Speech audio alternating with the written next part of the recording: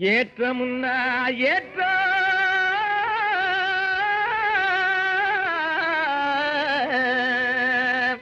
இதிலே இருக்குது முன்னேற்றம்.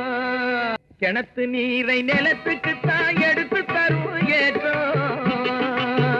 எறும்பு போல வரிசையாக எதிலும் சேர்ந்து உழைக்கணும். உடும்பு போல உறுதி வேணும். ஓனா நிலைமை திரும்பணும்.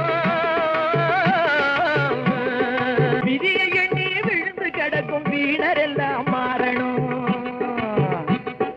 வேலை செஞ்சா உயர்வோம் என்ற விபரம் மண்டையில் ஏறணும். நிதி